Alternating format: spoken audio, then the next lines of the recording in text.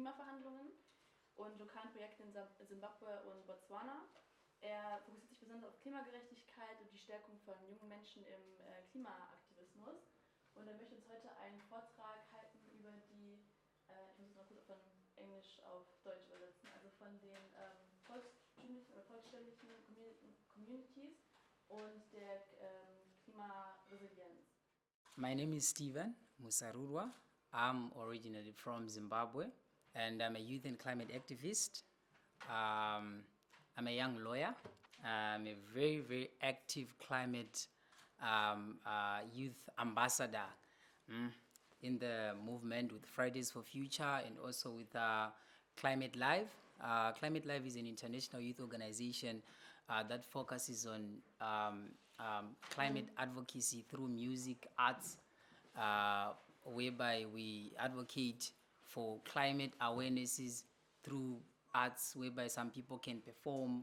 In some of the countries that we come from, it is not easy to protest.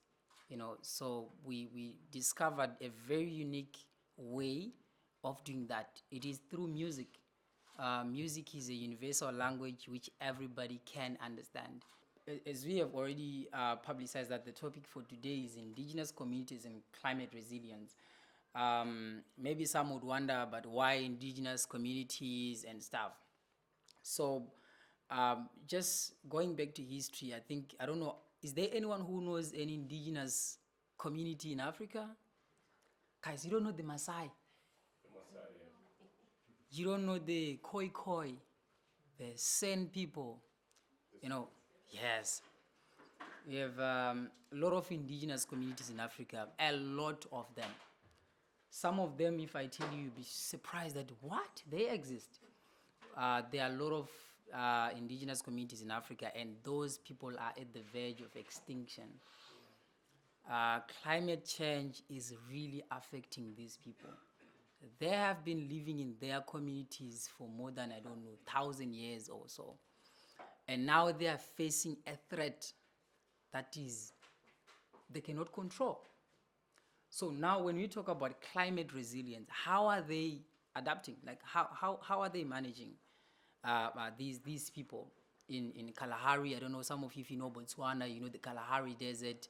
We have the San people, which were the first indigenous communities in the southern region part. The other communities, they came all the way from Cameroon, Uganda. They are called the Bantu people. Even the Zulu, you were trying to speak Zulu, yes. They are all from the north. But these Khoi and the San, they are still there. And our governments have recognized them. They are untouched. They are as they have been for a very long time. What we used to do back then, there's a field. So what we do, we know that most probably we're not going to receive much rains.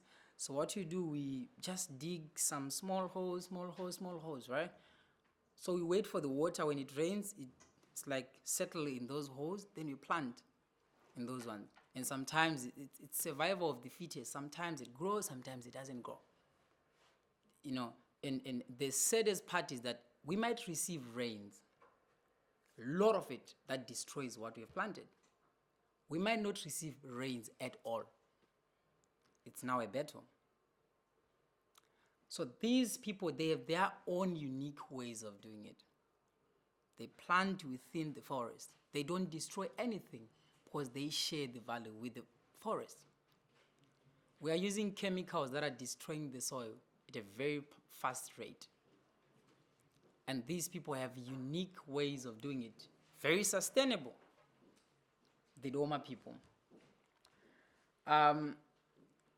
In terms of community education, empowering community members through education initiatives helps them to adapt to climate change impacts and enhance the resilience strategies. Like I told you about the Tonga people of Binga,